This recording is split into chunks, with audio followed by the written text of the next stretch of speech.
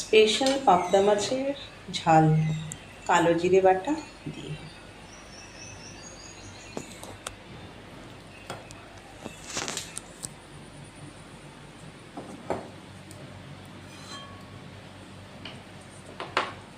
নতুনত্ব রান্না, দারুণ টেস্টি। কালো জিরে বাটা দিয়ে পাবদা মাছের ঝাল। দিয়েছি 4টে কাঁচা লঙ্কা, 6 কোয়া রসুন, 1.5 চামচ মতো কালো জিরে। এদিকে পাবদা মাছ ভেজে নিয়েছি। সর্ষের তেলে অবশ্যই রান্না হবে।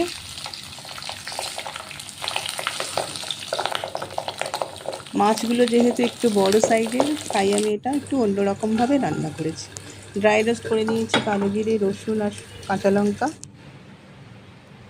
এবার এটা আমি গ্রাইন্ড করে নেব। এদিকে পাবদা মাছ ভাজা হয়ে গেছে, সবগুলো পেস্ট করে নিয়েছি। আর লেগেছে 2টো টমেটো, 1টা বড় পেঁয়াজ, 2টো শুকনো লঙ্কা, সেটাও আমি পেস্ট করে নিয়েছি। এবার তেল গরম হয়ে গেছে, টমেটোর মিশ্রণটা দিয়ে দিলাম। একটু ভাজা ভাজা হবে,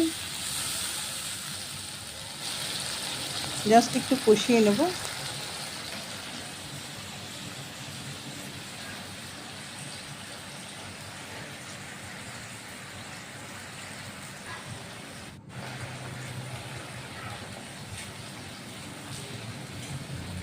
কষিয়ে নিয়েছি। এরপর আমি এতে দেব কালো জিরে বাটা।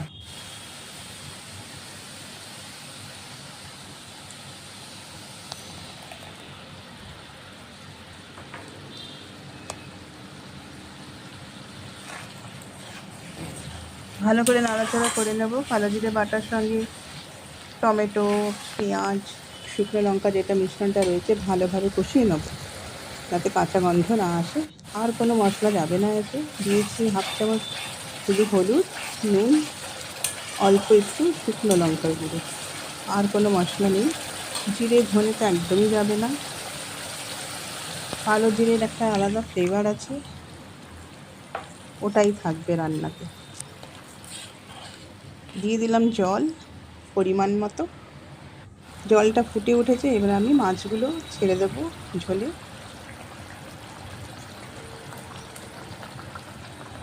মাছগুলো দিয়েও একটু ফোটাবো। বেশিক্ষণ ফোটাতে হবে না, অল্প একটু ফোটালেই হয়ে যাবে।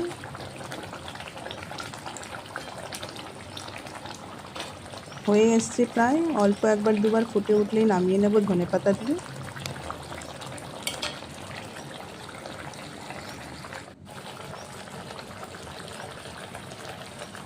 এবার আমি প্লেটে নামিয়ে ফেলব।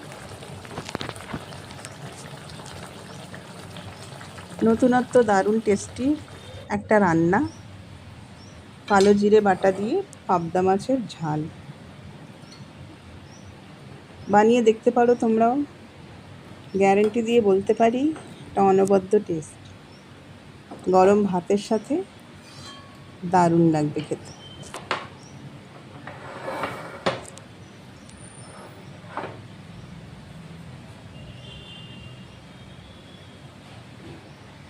তাহলে তৈরি হয়ে গেল গরম গরম ভাতের সাথে খাওয়ার জন্য পাবদা মাছ কালো জিরে বাটা দিয়ে।